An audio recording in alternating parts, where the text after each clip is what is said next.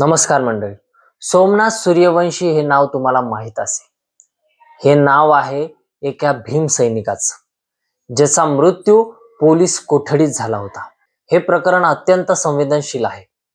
सोमनाथ सूर्यवंशीचा पोलिसांच्या मारहाणीत मृत्यू झाला असा आरोप पोलिसांवर होत आहे आणि तो आरोप कुठेतरी सत्य आहे का अशी चर्चा सुरू झाली. सोमनाथ सूर्यवंशीचं हे प्रकरण चर्चेत येण्याचं मुख्य कारण म्हणजे सोमनाथची आई यांनी उच्च न्यायालयामध्ये एक याचिका दाखल केली आणि त्याचे वकील आहेत मान्य बाळासाहेब आंबेडकर.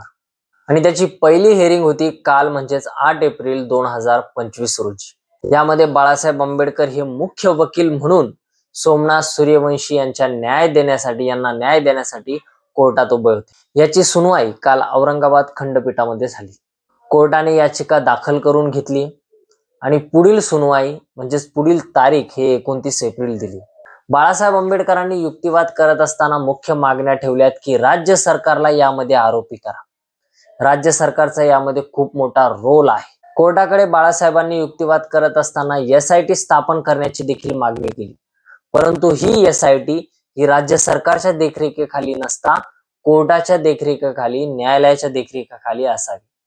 कारण मूळतः राज्य सरकारच या केसमध्ये आरोपी आहे, प्रतिवादी आहे. त्यामुळे यामध्ये कोर्टानेच हस्तक्षेप करून SIT स्थापन करावी अशी मागणी बाळासाहेब आंबेडकर यांनी युक्तिवाद करत असताना केली.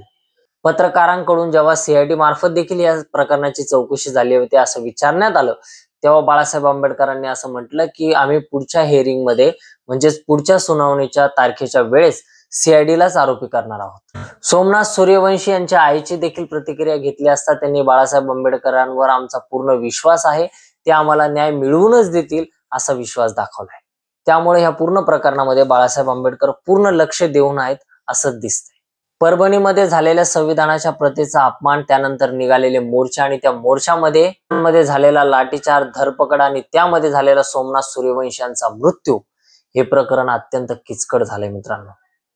पोलिसांकडून मारहाणीत मृत्यू झालाय असा खूप मोठा आरोप पोलिसांवर, राज्य सरकारवर लावण्यात आलाय.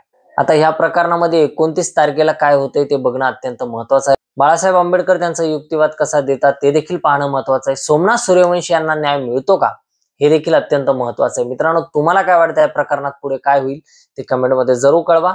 व्हिडिओ आवडला असेल तर लाईक करा, चॅनलला सबस्क्राईब करायला विसरू नका. भेटूयात नव्या व्हिडिओमध्ये. धन्यवाद. जय हिंद.